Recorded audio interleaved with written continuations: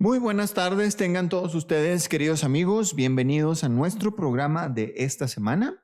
Nos encontramos al día de hoy en la tercera parte del tema 5 que hemos titulado como los resultados del Evangelio, la vida nueva y la vida sobrenatural que el Dios omnipotente, por pura gracia y misericordia, nos ha concedido a través de la fe y el arrepentimiento en Cristo Jesús por obra del precioso Espíritu Santo.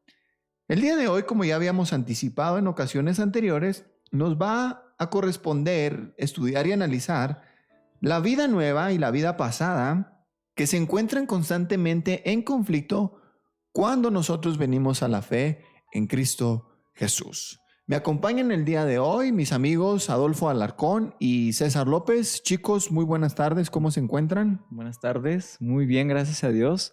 Gracias una vez más por permitirnos estar aquí, poder platicar de estos temas tan importantes en nuestras vidas, ¿no? Sí, y pues muchas gracias, Jonathan, por invitar otra vez, por invitarnos de nuevo. Y pues muy contento también, igual que César, de estar aquí contigo, pues meditando, ¿no? en estas cosas tan importantes que es el Evangelio.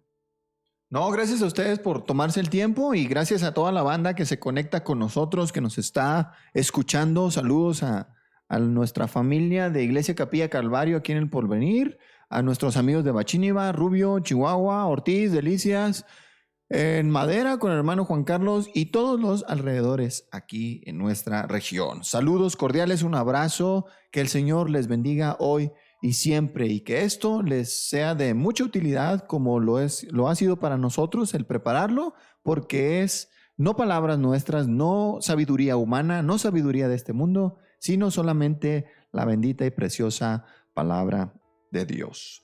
Vida nueva y vida pasada en conflicto, muchachos, como si estuviéramos en la escuela. No, damas, caballeros, amigos mayores, jóvenes y hasta niños que nos escuchen. Vida pasada y vida nueva en conflicto. Antes de abordar el tema, ¿qué les parece si oramos? ¿Salen? Adolfo, ¿nos guías en una oración, por favor? Claro que sí, oremos.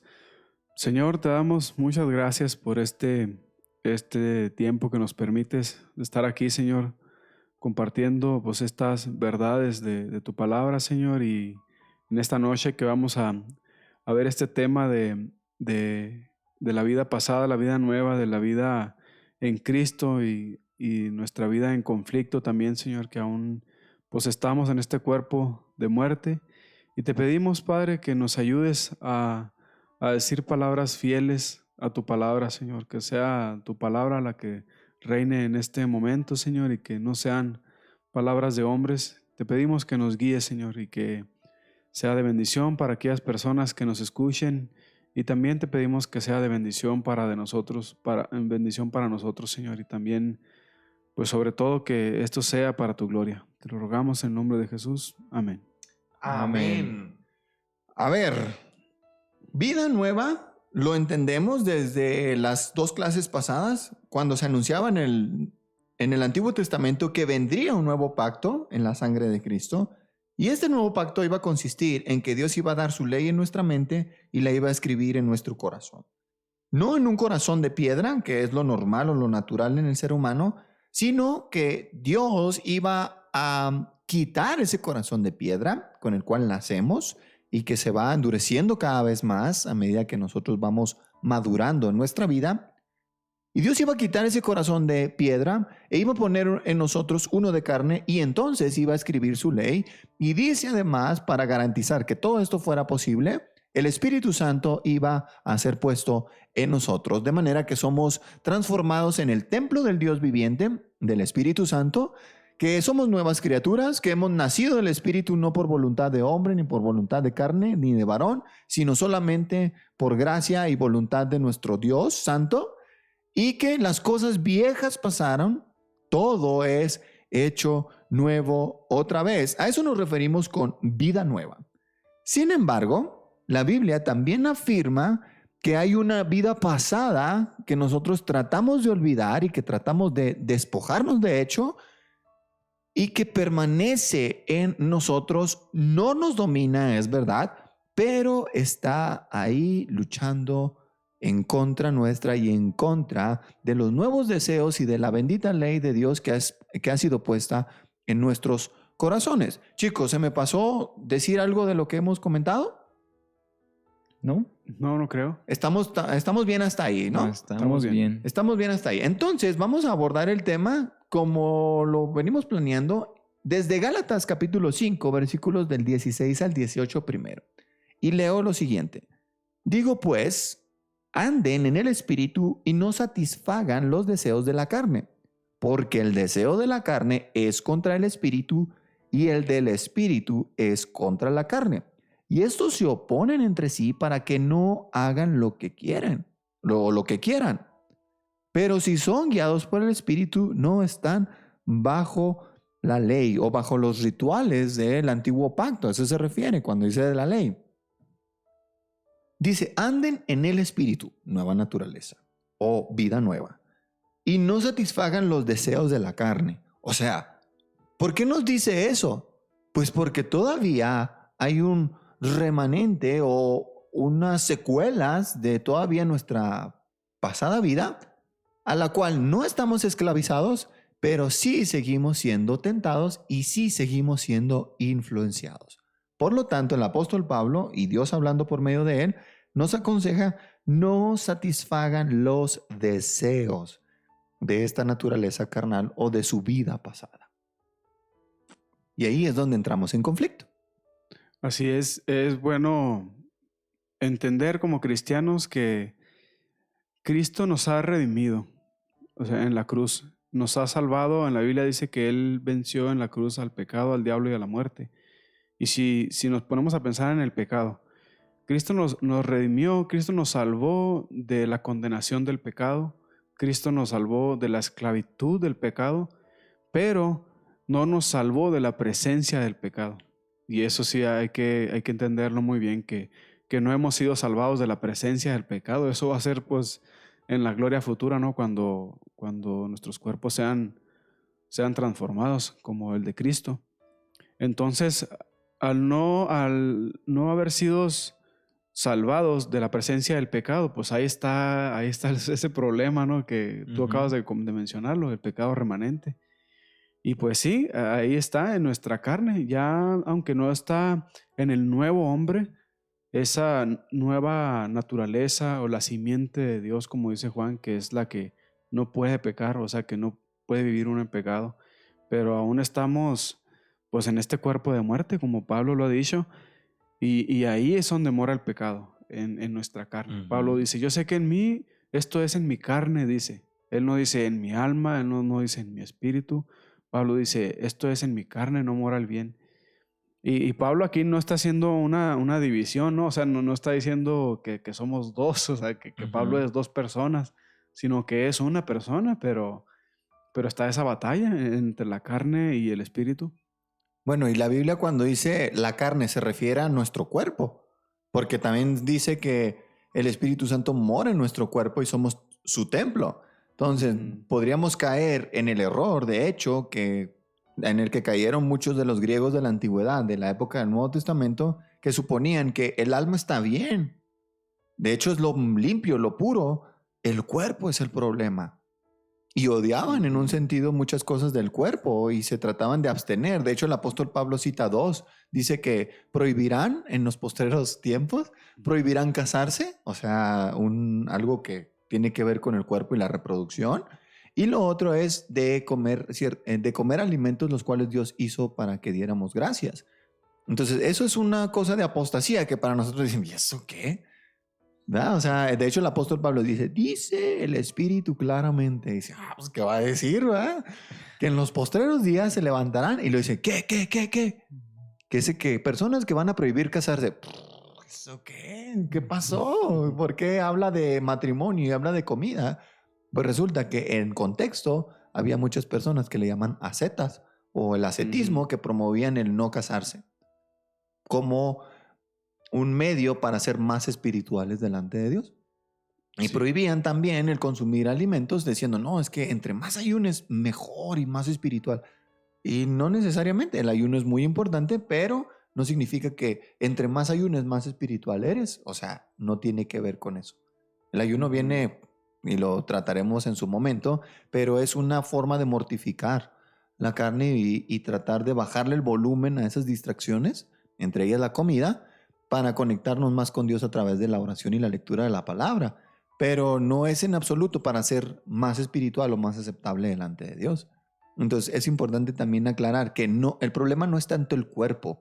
Cuando la Biblia habla de la carne, se refiere a la naturaleza pecaminosa que mora dentro de nosotros, en lo más profundo del corazón. De hecho, el Señor Jesucristo dijo, de lo profundo del corazón vienen los homicidios, vienen los adulterios y vienen todas estas cosas.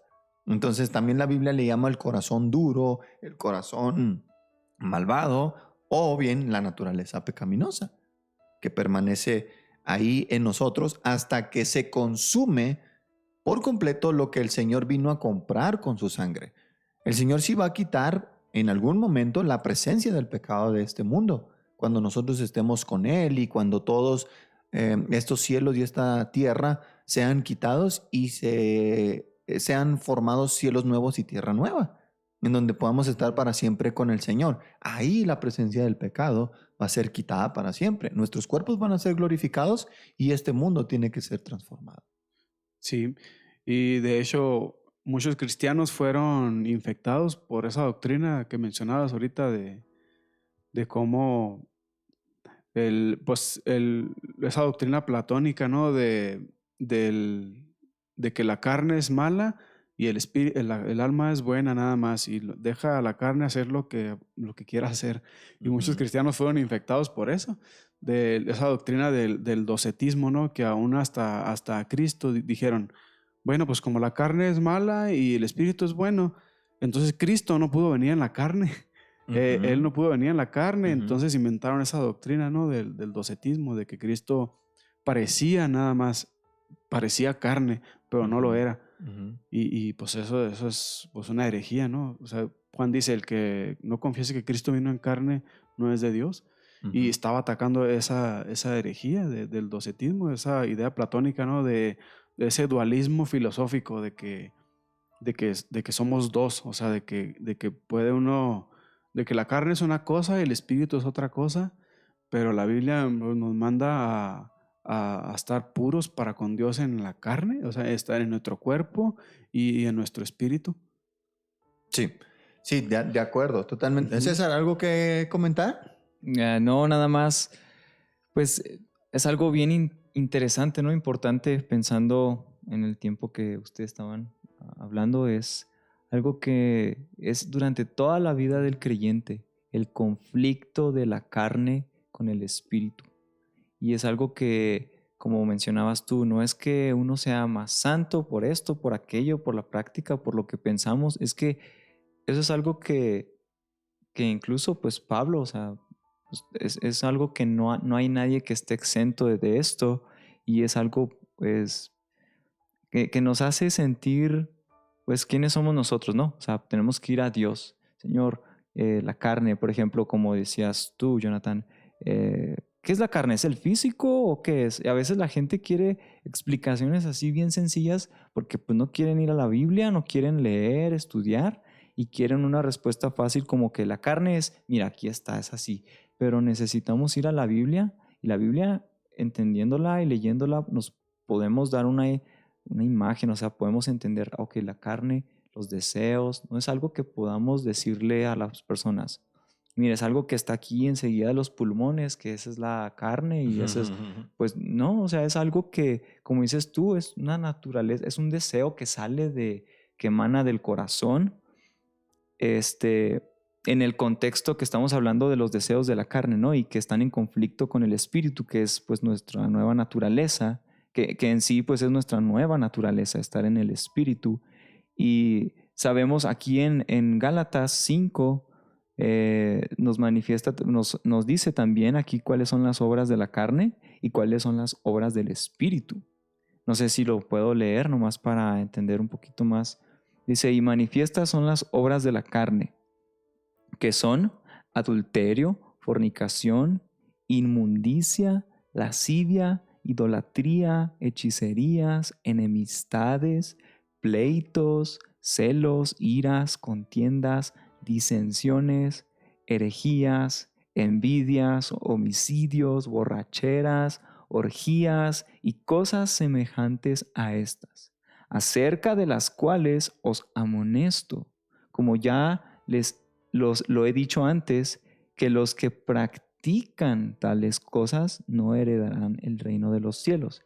Y luego se nos menciona, mas el fruto del Espíritu es amor, gozo, paz, paciencia, benignidad, bondad, fe, mansedumbre, templanza, contra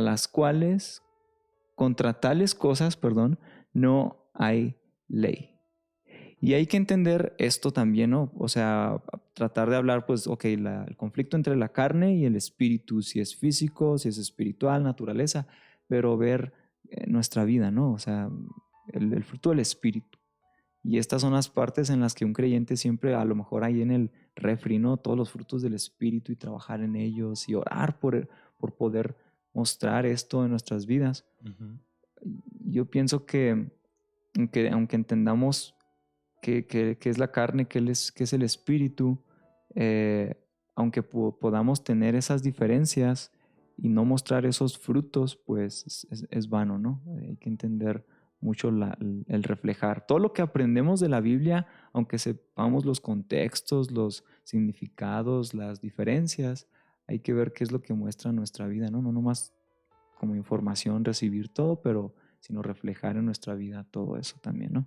De acuerdo. Fíjate, ahorita mencionaste en el versículo 19, y manifiestas son las obras de la carne. Eso significa que son obvias las obras de la carne.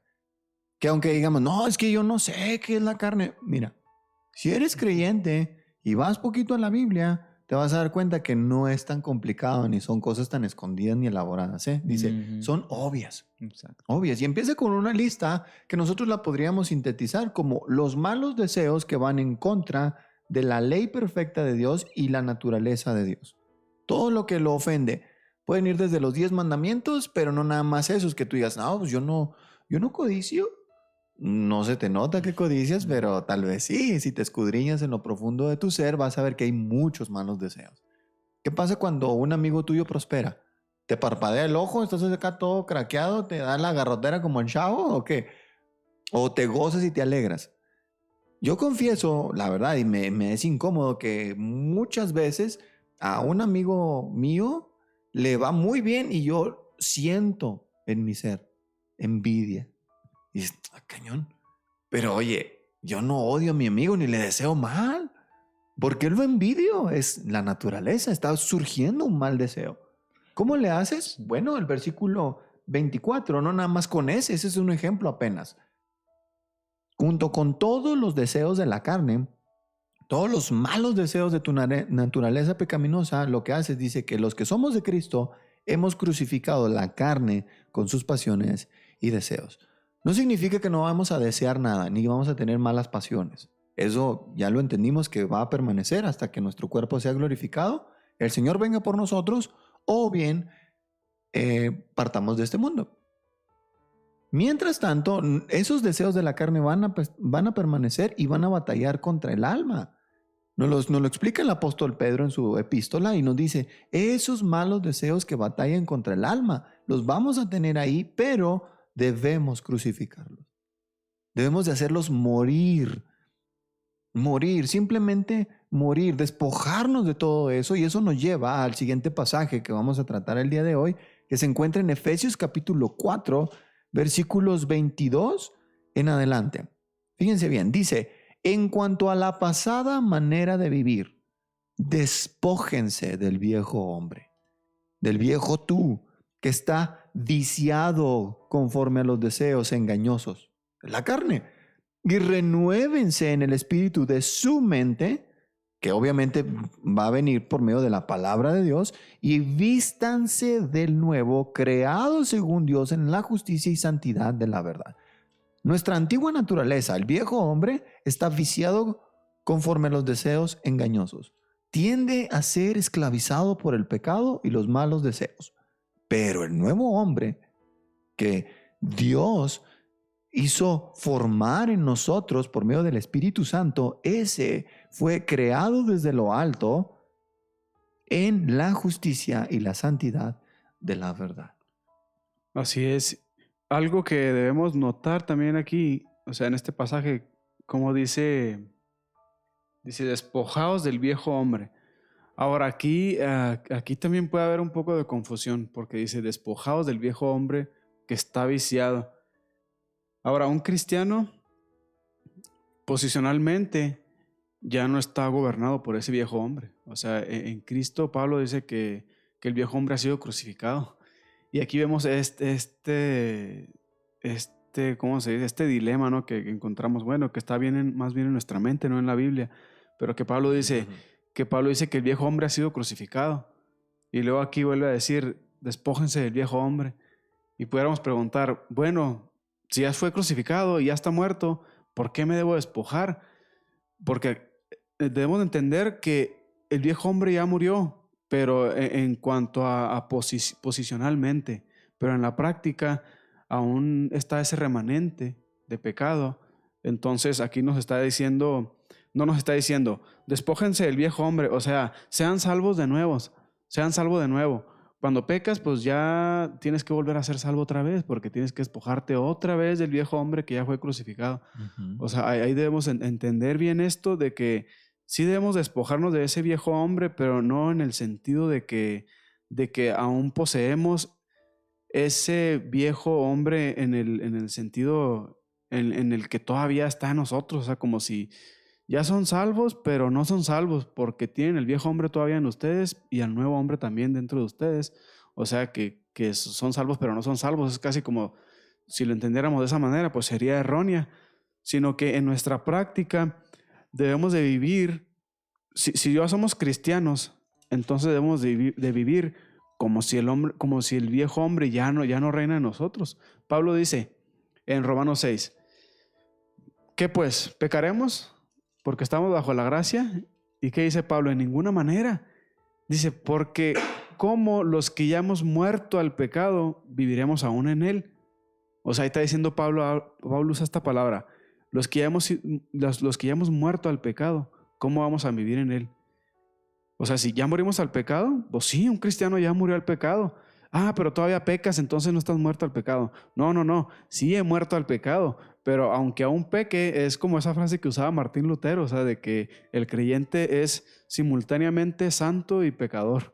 O sea, al mismo tiempo somos santos y somos pecadores. Pero Pablo nos dice, considérense muertos al pecado. O sea, Pablo dice, considérense, o sea, es algo que en nuestra mente debemos de considerar. Considérense muertos. O sea, ustedes ya están muertos al pecado. Ya no pueden vivir en pecado. Porque dice, ¿cómo van a vivir en pecado si ya murieron al pecado? O sea, esa es una contradicción lógica, ¿no? De que, ¿cómo vas a estar muerto y vivo? O sea, pues no se puede. Si ya morimos al pecado, entonces ya no vamos a estar vivos al pecado. Entonces Pablo nos dice, bueno, si ya están muertos al pecado, entonces vivan como si ya no estuvieran gobernados por el pecado. O sea, despójense de ese viejo hombre que ya no está reinando en ustedes. El pecado ya no es su amo, ya no reinará sobre ustedes, Pablo dice. Entonces, vivan como si el pecado ya no reinara en ustedes. Esa es otra manera de decir, despójense del viejo hombre. Sí, no, de acuerdo, totalmente de acuerdo, César. Sí, a lo que comentaba Chato, yo pienso que, no sé, para poner a lo mejor un ejemplo, y pudiera ser que estamos hablando de cuando ya uno es creyente, y el ser creyente pues llega a personas en diferentes etapas de la vida, en diferentes situaciones de la vida, y llega de maneras pues inexplicables, ¿no? Pero por ejemplo, siento yo que hay gente que al ser salva, entender todas estas cosas, si se le instruye, ¿verdad? Porque él yendo a la Biblia, pues a lo mejor tomaría tiempo llegar a eso solo, pero en el sentido de que cuando uno es, digamos, grande o joven y tiene sus prácticas como incrédulo y tiene sus prácticas y en pecado y así, y luego es salvo, es creyente, entonces su vida es como que, ok, ¿qué es lo que yo hago mal que para mí es normal o fue normal?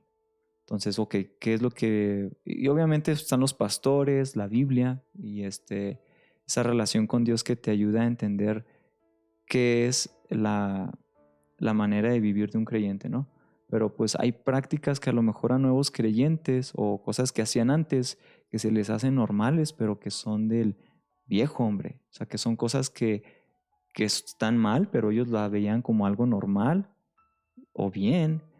Y pues la Biblia te va dando esa convicción, ¿no? De ese cambio de a nueva criatura, un reflejo creyente. Yo pienso que despojarse, por ejemplo, dice en cuanto a la pasada manera de vivir, despójense del viejo hombre. Es entender, ir entendiendo, ok, mi manera de vivir era así, ¿qué puedo ir quitando para reflejar más Cristo? ¿Qué puedo ir dejando de hacer? ¿Qué puedo dejar de reírme? ¿Qué puedo dejar de juntarme? ¿A dónde puedo dejar de ir? Y todo eso es ese viejo hombre, ¿no? Aunque no estamos a lo mejor hablando, como decía Chato, o sea, no es que tengamos el viejo hombre y vivir con el viejo hombre, o sea, es ir quitando, o sea, ir reflejando que realmente ya el viejo hombre fue crucificado. Y toma tiempo para ir aprendiendo quitar esas prácticas, quitar esos gustos, quitar eso y ir reflejando poco a poco a Cristo. Pienso que eso es despojarse del viejo hombre, ¿no? Ir aprendiendo la vida de un creyente y ir quitando las ideas del mundo, los gustos, las borracheras, a lo mejor las salidas a las fiestas, cosas así que, no sé, siento que pudiera pues verse de esa manera, ¿no? Que está viciado conforme a los deseos engañosos, porque pues ya son engañosos, pensando que está bien, pero está mal. Sí, es una forma más bien de visualizarlo como que Cristo Jesús vino y quitó el gobierno del pecado. O sea, punto. No, que somos crucificados y pues sí, o sea, en un sentido sí, pero en otro no. O sea, no es una contradicción, le llaman paradojas, ¿verdad? Que si lo ves desde un punto de vista se entiende así, si lo ves desde otro punto de vista se entiende de otra manera, ¿no? Son como que distintas facetas de la vida cristiana. También creo que algo que nos ayudaría a entender es que tenemos un valor posicional en Dios que es justo y perfecto y Él no nos ama más ni menos de lo que ya nos ama. Y eso se llama justificación. Hemos sido presentados delante de Él justos porque la justicia de Cristo se nos fue atribuida o nos fue puesta a nosotros y Dios nos ve por medio de la vida de Cristo, como si nosotros hubiéramos vivido su vida. Y a Él lo trató en la cruz como si Él hubiera vivido la nuestra. Se le llama la doble imputación, ¿no? La doble atribución. A Él lo trata como si hubiera vivido mi vida. A mí me trata como si yo hubiera vivido la suya. Entonces, en ese sentido, tenemos un valor posicional que no cambia. Eso es infalible y nada ni nadie nos lo puede quitar. Ahora, existe otro proceso que le llaman un valor de transición o de proceso que se llama santificación. Eso es poco a poco. Ya lo mencionaron ustedes de varias formas, pero ya para sintetizarlo nuestros amigos diríamos que ya estamos bien delante de Dios, ya no hay conflicto, ya no somos sus enemigos y en ese sentido nuestro viejo hombre ha sido crucificado, ha sido muerto, pasamos de muerte a vida literal, pero en el proceso nuestro viejo hombre quiere volver a la vida porque está en su hábitat natural. Este mundo no es nuestro hogar. Este cuerpo está vendido al pecado. Tiene que ser transformado, no hay de otra. Y este mundo tiene que ser transformado también. Mientras estemos aquí, esa antigua pasada manera de vivir va a querer volver a gobernarnos. ¿Puede? No, no puede. A veces nuestras vidas pasan por un cierto desierto, digamos, una cierta debilidad y estamos adquiriendo malos hábitos, nuestros malos deseos son cada vez más fuertes e incluso a veces cometemos pecado, pero luego el Señor viene y trata con nosotros y nos vuelve al arrepentimiento, nos vuelve a la fe y nos vuelve a crucificar nuestro viejo hombre. No significa que perdimos nuestra salvación y ahora volvemos otra vez al proceso y todo eso. No, no es así. Lo que estamos tratando de decir es que nuestra pasada manera de vivir quiere otra vez volver a gobernarnos, pero Dios se encarga de que no sea así. ¿Qué es lo que va a hacer? Confronta nuestro corazón. Nos muestra que no estamos bien, que estamos descuidando nuestra lectura de la Biblia tal vez, que no nos estamos congregando, que no estamos orando, que estamos teniendo malos hábitos, estamos viendo cosas indebidas en internet, estamos teniendo malas conversaciones con amigos, estamos teniendo malas amistades incluso, de manera que Dios nos revela eso y decimos, no, debo de despojarme de todas estas cosas y vestirme de lo que Dios ya ganó por mí y de lo que yo ya poseo, de lo cual yo ya no soy esclavo del pecado, sino siervo de la justicia y que puedo obedecer los mandamientos de Dios. A eso creo yo que es a lo que más bien se refiere lo que hemos venido comentando de manera resumida, ¿no? Así es. Y nos trae a la mente Juan capítulo 8, versículo 34, Jesús hablando les dijo a los judíos que lo seguían, de cierto les digo, que todo aquel que hace pecado, esclavo es del pecado. Y el pecado no queda en la casa para siempre, el Hijo sí queda para siempre. Así que si el Hijo, hablando Jesús de él mismo, los libertare, serán verdaderamente libres. Serán verdaderamente libres. Y cuando creemos en Él, somos verdaderamente libres. Se quita la esclavitud del pecado, pero esa vieja naturaleza va a querer otra vez tomar el control. Y ahí es donde entra nuestra responsabilidad humana y entra en este proceso de santificación, de hacer morir lo terrenal en nosotros, crucificar nuestra carne con sus pasiones y deseos, despojarnos de la vieja naturaleza. Sí, es importante entender estas cosas que estás mencionando, Jonathan, porque también hay personas llamadas cristianas que creen que ya no pecan. O sea, creen que una vez que Cristo los salvó, y existen esas personas. O sea, que yo he conocido a personas así, que creen que ya no pecan, que al momento que Cristo los salvó, ese viejo hombre murió, y entonces ya no existe, y todo lo que hacemos son nomás como fallas, algo así, pero ya no son pecados. Entonces dicen, no, ya no pecamos.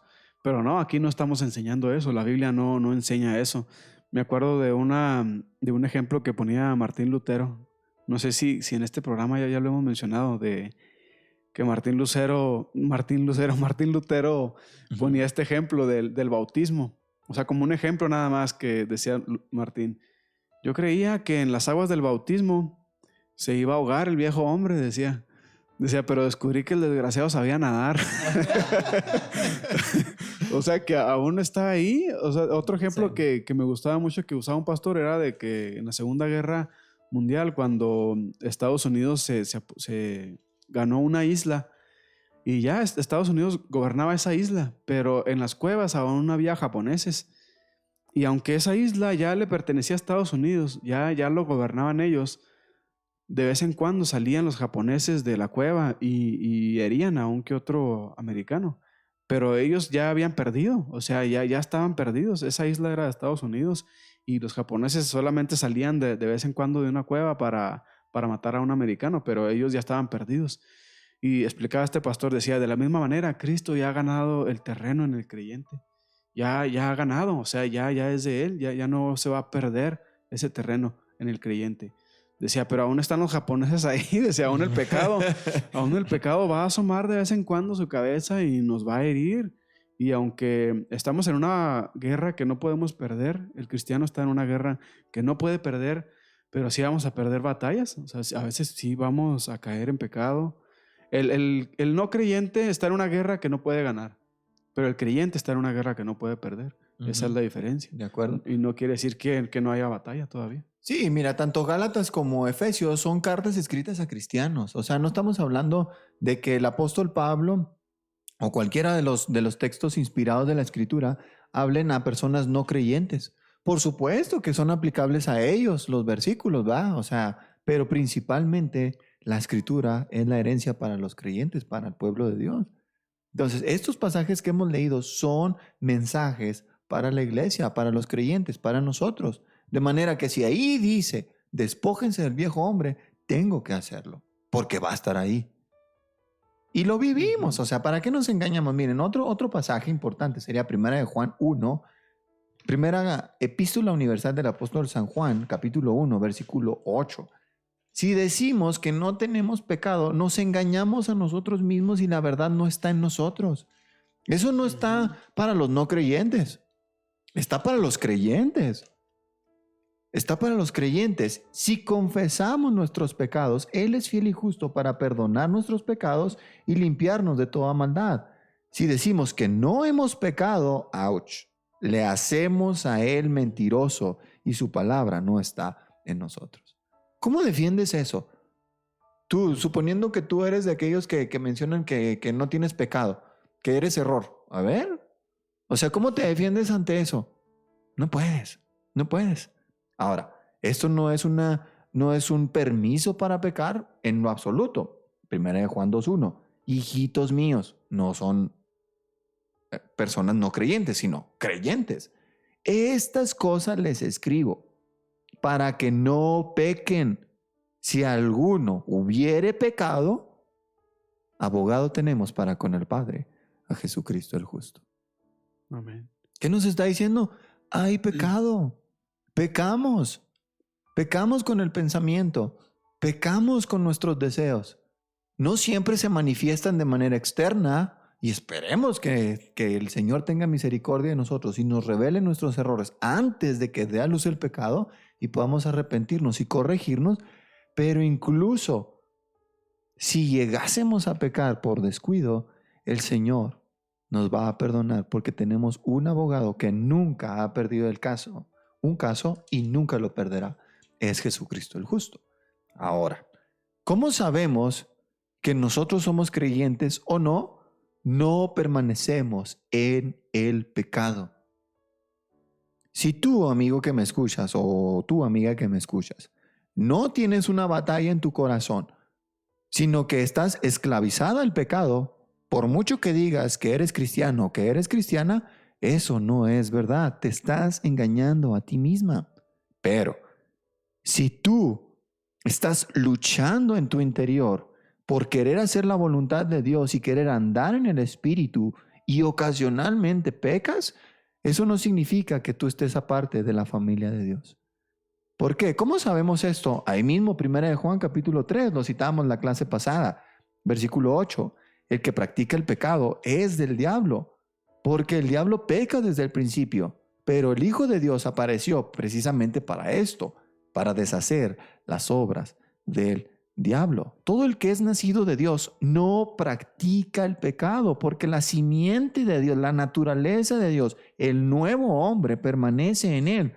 El nuevo hombre nos referimos que está gobernado por el Espíritu, el cual, como ya hemos dicho muchas veces, habita en nosotros. Y no puede pecar. En este sentido, la frase no puede pecar se refiere a no practica o es gobernado por el pecado. Me gusta cómo el apóstol Pablo también lo dice en Romanos 7. Me vino a la mente este pasaje ahorita que estamos hablando de esto, pues tan importante en la que podemos confundirnos muy fácilmente. Pablo dice en Romanos 7, ¿acaso ignoráis, hermanos? Pues hablo con los que conocen la ley. Y aquí Pablo usa la ley. Dice, que la ley se enseñorea del hombre entre tanto que éste vive. ¿Cómo dice Pablo eso? La ley se enseñorea del hombre entre tanto que éste vive. Claro, pues si ya está muerto, pues no se puede enseñorear de él, ¿no? O sea, si una persona choca y se estrella y se muere, pues no va a llegar a un tránsito y le va a decir, oye, pues vas a ir a pagar esta multa. Pues si ya está muerto, o sea, la ley ya no tiene poder sobre un muerto. Por eso dice Pablo, hablo con los que conocen la ley, que la ley se enseñorea del hombre entre tanto que éste vive. O sea, mientras estemos vivos a la ley nos condena. Dice, porque la mujer casada está sujeta por la ley al marido mientras éste vive, pero si el marido muere, ella queda libre de la ley del marido. Y me encanta cómo Pablo lo relaciona con nosotros en el versículo 4, que dice, así también ustedes, hermanos míos, han muerto a la ley mediante el cuerpo de Cristo para que seáis de otro. Antes, por decirlo así, estábamos casados con la ley y la ley nos condenaba y justamente nos mandaba al infierno. Pero dice, han muerto a la ley y han sido de Cristo, o sea, ya son de otro, del que resucitó de los muertos, a fin de que llevemos fruto para Dios. Y dice, porque mientras estábamos en la carne, ahí está el viejo hombre, mientras estábamos en la carne, las pasiones pecaminosas que eran por la ley obraban en nuestros miembros, llevando fruto para muerte. Pero ahora estamos libres de la ley, Dice Pablo, pero ahora estamos libres de la ley por haber muerto para aquella en que estábamos sujetos, de modo que sirvamos bajo el régimen nuevo del Espíritu y no bajo el régimen viejo de la letra.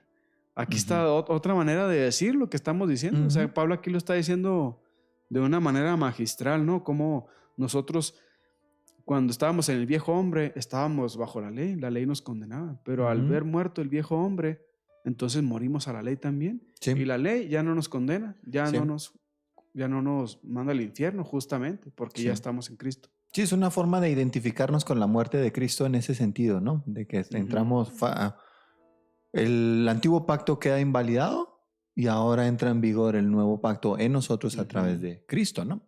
Fíjate, otro texto que apoya la idea de que es imposible que nosotros permanezcamos en un estado de no pecado. Nos encantaría, de verdad, deseamos jamás pecar.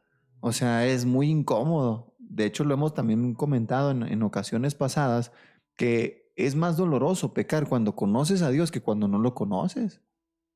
Porque antes, pues ni cuenta te das que estás fallando, estás revolcándote en tu deseo. Pero ahora que conoces y que entiendes la magnitud de tu pecado, te duele horrores. De verdad, desearíamos decir que no fallamos, pero no es verdad. Mateo capítulo 18, versículo 6, dice, y cualquiera que haga tropezar a alguno de estos pequeños que creen en mí, mejor le fuera que se le colgase al cuello una piedra de molino de asno y que se le hundiese en lo profundo del mar. Eso es para aquellos que nos hacen caer. Dios va a juzgarlos de una manera muy, muy, muy fea, porque es no nada más que pecan, sino que hacen pecar. Es ser instrumento de Satanás. Dice, ay del mundo por los tropiezos, porque es necesario que vengan tropiezos, pero hay de aquel hombre por quien viene esta caída. En otro pasaje, dice, es imposible que no vengan los tropiezos. O sea, el Señor dice, es necesario porque tal vez forja carácter para nosotros los cristianos. El no creernos que somos autosuficientes o que el orgullo o que pensamos que se debe a nosotros, a nuestra fuerza, a nuestra sabiduría, tal vez para eso sirve el pecado, para humillar nuestro orgullo también o para enseñarnos cosas que ni siquiera sabemos de las que estamos batallando en lo secreto. Dice también que es necesario, y en otro pasaje pueden leerlo en Marcos capítulo 9 o en Lucas capítulo 17. En alguna de estas dos secciones va a decir, es imposible que no vengan los tropiezos. Entonces es necesario. ¿Por qué? Y digo, y va a estar presente, tristemente va a estar presente, porque todavía estamos en un mundo que estimula nuestros antiguos deseos y quieren volver a salir y quieren volver a dominarnos. Y debemos ser sabios y debemos de ser intencionales en cuidar nuestra salvación con temor y temblor. Así es. Estamos ahorita en una etapa, por decirlo así, en la que quisiéramos que ya no existiera el pecado, ¿no? Quisiéramos dejar de pecar, así como Pablo decía que quiere hacer el bien y no puede. Estamos en esa tensión, ¿no? Tan fuerte que estamos en que quisiéramos que ya no pecáramos, pero no se puede. Me acuerdo de un teólogo que hablaba de los 4 estados del hombre. No recuerdo ahorita los 4 estados, pero sí me acuerdo de algunos. Creo que era Agustín de Hipona, que decía que los 4 estados, el primer estado era la posibilidad de pecar y la posibilidad de no pecar. Ese era el estado en el que estaba Adán. En el estado de que podía pecar, pero podía no pecar. Ahora en la caída ya no podemos no pecar. Ahora el incrédulo está en una posición de que no puede no pecar. Él tiene que pecar, es lo único que puede hacer. Y nosotros estamos en un estado en el que está una tensión tan fuerte, como tú decías. Ahora como cristianos vemos más el pecado, porque estamos en esa tensión en la que podemos no pecar, pero podemos pecar también todavía. No estamos en el estado de Adán, pero estamos en ese estado regenerado, pero en el que aún pecamos y está esa tensión tan fuerte que quisiéramos que ya no existiera y por alguna razón Dios no la quiso quitar. Hasta en el estado eterno, ¿no? Cuando seamos glorificados, ahí ya no podremos pecar. Estaremos en ese estado en el que seremos impecables ahora. Pero mientras tanto estamos en esta vida debajo del sol y tenemos que luchar a muerte contra el pecado. Oye, entre paréntesis, les dije que en Marcos o en Lucas estaba la frase imposible es que no vengan los tropiezos. Está en Lucas 17:1, por si lo quieren tener. Volviendo a nuestro tema otra vez, ya hemos tratado de demostrar que existen estas dos naturalezas y también hemos aclarado que no son dos personalidades, porque eso ya es un trastorno, ¿no? Son dos naturalezas. Miren, cuando Dios creó a Adán, lo creó con cuerpo, alma y espíritu. Adán estaba vivo espiritualmente, su cuerpo era diferente al nuestro, no había enfermedad, no había muerte todavía. De hecho, su cuerpo era sano y en un sentido perfecto. No había pecado, no había nada ahí. De hecho, todavía no se originaba la primera muerte en ninguna parte del mundo creado. La muerte vino después. Bueno, su cuerpo estaba impecable, su alma, que es su razonamiento, sus emociones y su voluntad, también estaban en perfecto estado, y su espíritu, que era una relación perfecta con su Dios, apropiada con su Dios. Y cuando vino el pecado, Adán murió espiritualmente, pero conservó su cuerpo y su alma. El hombre no dejó de tener razonamiento, no dejó de tener emociones y no dejó de tener voluntad. Pero las tres se vieron afectadas por el pecado, al igual que su cuerpo. Vino enfermedad y vino la muerte. Eso no estaba antes del pecado. Ahora, Dios dijo que moriría. Y sí, murió. Adán murió después, pero no inmediatamente después del pecado. A lo que se refería Dios específicamente, y era lo más gacho, era su muerte espiritual. Cuando nosotros venimos a Cristo, resulta que nacemos de nuevo y nuestra parte espiritual se restaura. Somos hijos de Dios. Nuestra mente, nuestras emociones y nuestra voluntad también se restauran, pero no de manera perfecta. Y lo mismo con el cuerpo. Este cuerpo va a ser restaurado completamente y perfectamente. En 1 Corintios capítulo 15, el apóstol Pablo nos enseña que este cuerpo va a ser transformado. ¿Por qué? Porque esto corruptible, nuestro cuerpo, no puede heredar lo incorruptible de la tierra de Dios, o sea, el cielo. No podemos entrar con este cuerpo. Tiene que ser glorificado y transformado en un abrir y cerrar de ojos. De hecho, va a ser algo asombroso e impresionante, y vamos a ser como el cuerpo resucitado del Señor Jesucristo. Sí, en la caída de Adán y Eva, sabemos que la imagen de Dios no fue perdida, ¿no? No se perdió la imagen de Dios, pero sí fue, como alguien dijo, sí fue distorsionada, fue desfigurada la imagen de Dios en el hombre. Y Cristo precisamente vino a hacer eso, o sea, a restaurar eso en nosotros, eso que se perdió en el huerto. Y no solo restaurar eso, sino darnos ahora mucho mejor todavía de lo que Adán tenía, porque nosotros pues, vamos a tener cuerpos glorificados cuando desaparezca esa vieja naturaleza para siempre. Vamos a tener cuerpos glorificados y ya no vamos a estar en un estado en el que podamos pecar, sino en un estado glorioso con un cuerpo semejante al de Cristo. Sí, de hecho el apóstol Pablo también lo dice en 1 Corintios 15, que sorbida va a ser la muerte en victoria, ¿verdad? Vámonos a pasar ya para la parte final del programa a Romanos capítulo 12, versículos del 1 al 2. César, ¿nos lo lees, por favor? Así es. Dice así: así que, hermanos, os ruego por las misericordias de Dios que presenten sus cuerpos en sacrificio vivo, santo, agradable a Dios, que es nuestro culto o su culto racional.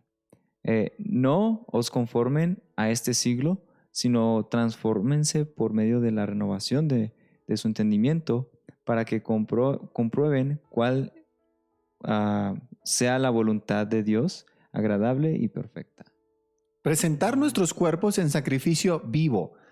Las religiones, incluyendo el antiguo pacto de Dios con su pueblo Israel, incluía un sacrificio de animales para santificación, para perdón y para alabanza o adoración a Dios. Era parte del ritual.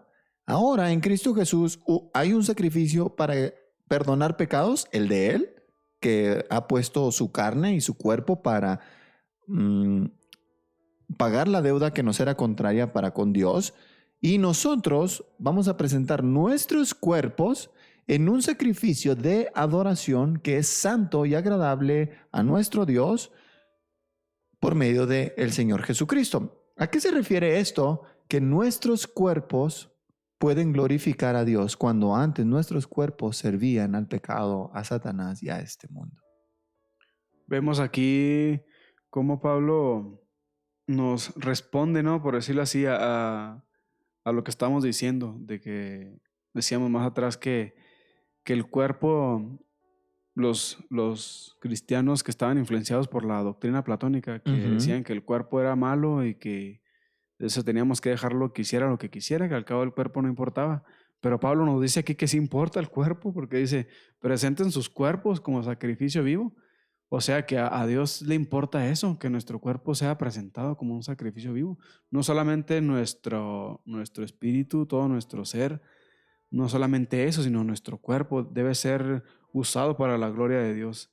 Y Pablo en otro pasaje, no recuerdo ahorita en cuál, pero cuando dice, ¿no saben que si se unen a una ramera están uniendo a Cristo? Dice, a una ramera, o sea, porque Cristo mora en ustedes. Creo que es en Corintios, pero no recuerdo ahorita bien el pasaje. Pero, o sea, es tan importante nuestro cuerpo para Dios. Claro que lo es el templo del Espíritu Santo y no podemos dañarlo. Tenemos que cuidarlo, no de una manera vanidosa, ¿no? Pero sí de una manera que honre y glorifique a Dios. Así es. Y algo importante aquí también, no recuerdo, estaba buscándolo aquí el pasaje. Es importante porque en Corintios creo menciona que el cuerpo y el espíritu son de Dios. Entonces también nos manda a cuidar mucho el cuerpo. Ahora sí estamos, tal vez no estamos no contradiciendo lo que estamos diciendo acerca de la carne y los deseos de la carne, pero el cuerpo que nosotros tenemos, aquí también podemos incluir lo que es físico. Hay que cuidar la manera, por ejemplo, lo que leíamos ahorita, lo que leía Adolfo, es que con nuestro cuerpo nosotros dábamos razón a la carne, nosotros dábamos con nuestro cuerpo todos esos deseos de nuestra carne, lo usábamos con nuestro cuerpo.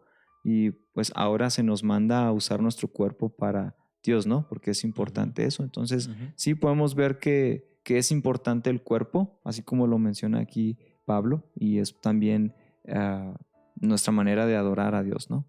Con Él. La referencia a la que hacen ustedes se encuentra en 1 Corintios capítulo 6, versículo 19. Dice, ¿o ignoran que su cuerpo es templo del Espíritu Santo, el cual está en ustedes, el cual tienen de Dios y que no son suyos mismos? No nos pertenecemos a nosotros mismos, eso es lo que quiere decir. Porque han sido comprados por precio, la sangre preciosa de Cristo. Glorifiquen pues a Dios en su cuerpo y en su espíritu, los cuales le pertenecen a nuestro Dios. Y le pertenecen no nada más por ser el dueño absoluto del universo, sino que además de eso, Él ofreció un precio precioso y en un sentido capaz de comprar todo lo que existe, que es la sangre de Jesús. Sí, y si alguien preguntara, bueno, pero Dios, ¿para qué quisiera nuestro cuerpo? O sea, ¿qué no va a ser transformado? O sea, este cuerpo que tenemos, Pablo lo presenta como una morada que va a ser destruida y que vamos a ser vestidos de la nueva. Si alguien preguntara, pues, ¿para qué? ¿Por qué tenemos que usar el cuerpo para Dios? Bueno, pues, ¿de qué otra manera vamos a glorificarlo? O sea, las facultades del alma de un cristiano se manifiestan por medio del cuerpo. O sea, es de la manera en que pensamos, la manera en que hablamos, la manera en que nos movemos. Pues eso lo hacemos con el cuerpo. O sea, es obvio que nuestra alma está conectada a nuestro cuerpo y nuestro cuerpo somos nosotros, o sea, no es otra cosa. No, de la misma forma también el pecado da luz en nuestro cuerpo. O sea, por ejemplo, la fornicación o la relación sexual primero se origina en el corazón, en el pensamiento, los deseos y toda la explosión que hay por dentro de nosotros que nos domina, pero se lleva a cabo en el cuerpo. Así es. O sea, sucede en ambos sentidos. Ahora, fíjense, volviendo a Romanos 12:2, el apóstol Pablo nos dice, no se conformen a este siglo o a este mundo, a este sistema. Hay un corito antiguo que decía, no puede el mundo ser mi hogar. En gloria tengo mi mansión. No es este mundo nuestro hogar. Sus leyes y sus reglas y sus deseos y sus métodos no son lo que debe definir nuestra vida. No debemos conformarnos a esta forma de pensar que sucede en este mundo terrenal. Debemos transformarnos por medio de la renovación de nuestra mente, nuestro entendimiento. Y cuando eso sucede, vamos a presentar nuestros cuerpos como un sacrificio vivo, santo, agradable a Dios, y luego vamos a comprobar la buena voluntad de Dios, que es siempre agradable y perfecta, de lo cual no debemos de avergonzarnos jamás. Citabas ahorita de que, ¿cómo es que nosotros podemos glorificar a Dios en nuestros cuerpos? ¿O para qué deberíamos de hacerlo si en realidad Dios no lo necesita? Bueno, eso tiene que ver también con un dilema. Bueno, pues ¿por qué Dios nos salvó y nos dejó en este mundo con una tendencia a pecar? Si sabe lo que pasaría. De hecho, Dios, por determinado consejo y anticipado conocimiento, ideó esto para que nosotros en el proceso, mientras estamos aquí en la tierra, mostremos a los demás su gloria, las riquezas de su gracia. Las riquezas de su gracia. Somos pueblo adquirido por Dios, como lo dice el apóstol Pedro en su primera epístola, en el capítulo 2, dice, somos el pueblo de Dios, creados para anunciar las virtudes de aquel que nos llamó de las tinieblas a su luz admirable. Para eso nos salvó y para eso nos dejó aquí. Nos salvó para llevarnos con Él, pero no nos lleva inmediatamente con Él. Lo cual nosotros pensaríamos, es mejor idea, Dios. Pero Él en su infinita sabiduría y en su soberanía decidió dejarnos aquí, pese a que Él va a lidiar con nuestras debilidades y Dios va a ser contristado por nuestras rebeliones y por nuestros pecados.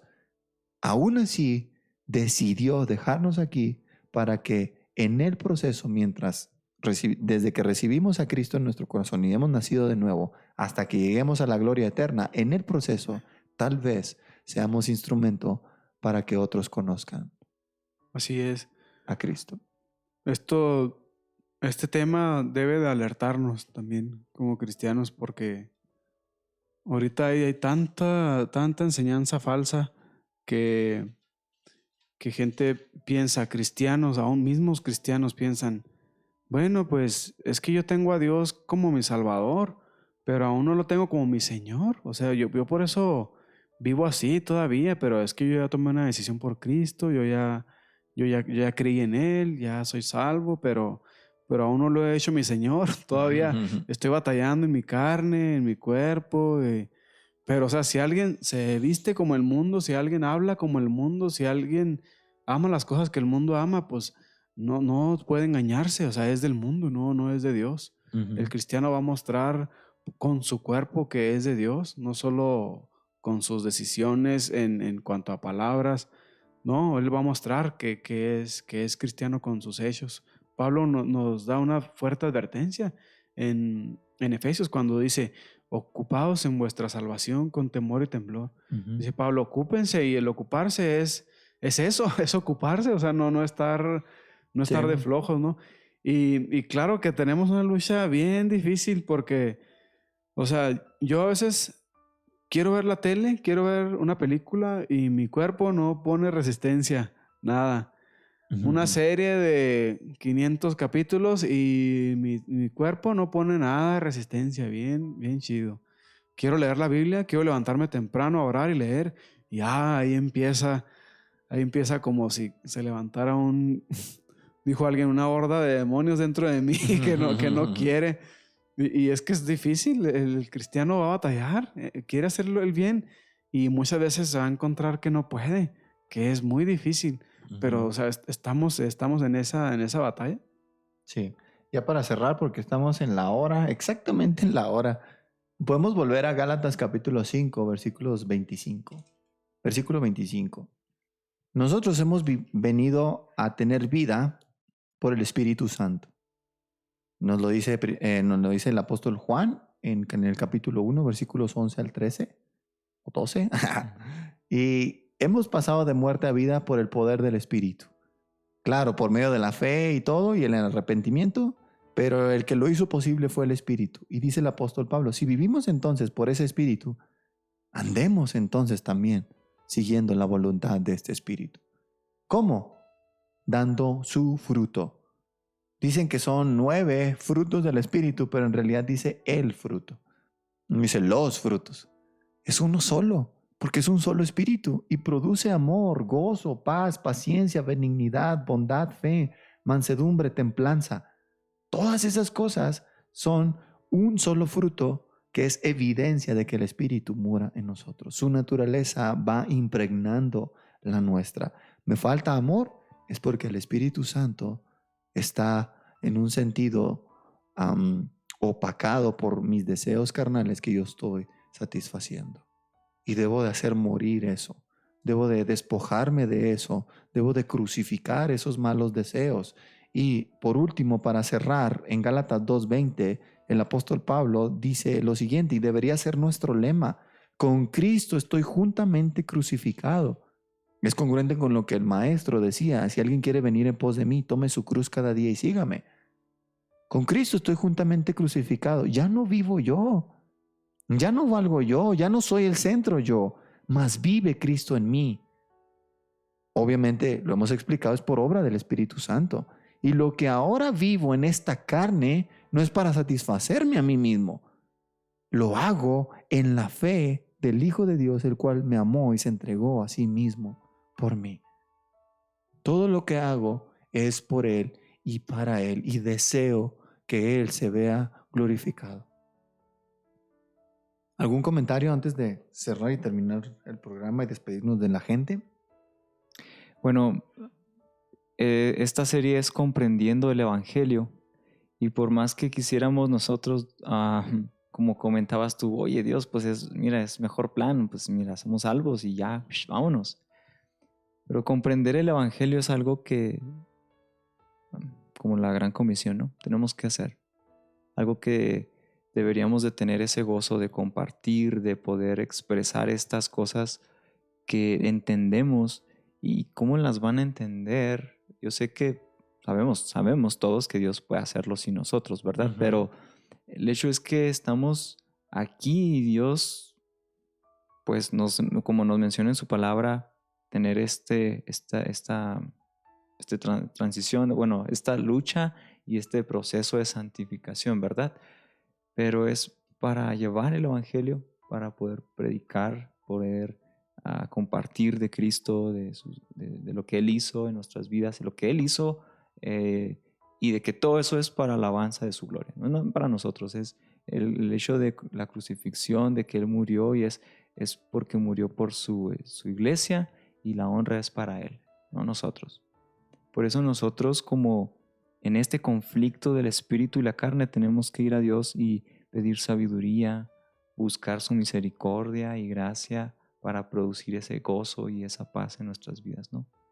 Ya sea del viejo hombre, ese problema que tengamos, conflicto, como decía Chato, híjole, es que cuando quiero ver algo no pasa nada, pero cuando quiero leer la Biblia, híjole, todo me... Y es eso, cuando necesitamos sabiduría, misericordia, gracia. Esas cosas solo las da Dios si las pedimos, solo las da Dios. No la encontramos en nuestros pastores, no la encontramos en nuestros mejores amigos, en ninguna otro lugar nada más que en Dios. ¿De acuerdo? Sí. Chato, un último comentario. No, pues muchas gracias, Jonathan, por habernos invitado. Fue de mucha edificación, de mucha bendición haber compartido este tema, haberte escuchado también a ti, haber escuchado a César, cosas que uno olvida, ¿no? Muchas veces, pero que aquí entre amigos, entre hermanos, pues recordamos. Y qué más nos faltarían palabras, ¿no? De todo esto que dijimos, no llegamos ni a los talones de lo que es el Evangelio, de lo que Cristo ha hecho por nosotros. Y pues muy agradecido, Jonathan, de haber estado en esta serie que hoy termina. Sí, no, gracias a ustedes por darse el tiempo. Ya nada más para cerrar lo que comentaba César es, a nosotros nos corresponde despojarnos del viejo hombre, hacer morir lo terrenal en nosotros, no conformarnos a este siglo y esas cosas. Pero producir el fruto del Espíritu, eso no lo podemos hacer. Por eso se llama fruto del Espíritu, ¿verdad? Nosotros nos corresponde hacer morir lo terrenal en nosotros, crucificar nuestras pasiones y deseos, con la fuerza de Dios, por supuesto, pero de Él son los resultados. Y aquí no se trata de exhibirnos a nosotros mismos, se trata de exhibirlo a Él, mostrarlo a Él, que Él, como decía Juan el Bautista, es necesario que Él crezca y se vea grande, exaltado, glorificado, y que yo mengüe y me vea cada vez menos y menos y menos. Queridos amigos, ha sido para nosotros un placer y un privilegio haber estado con ustedes. Les mandamos un abrazo, un cordial saludo, todo nuestro cariño y afecto. Esperamos que el Señor les bendiga y escucharnos pronto. Nos vemos, chicos. Gracias. Bye, bye, bye, bye.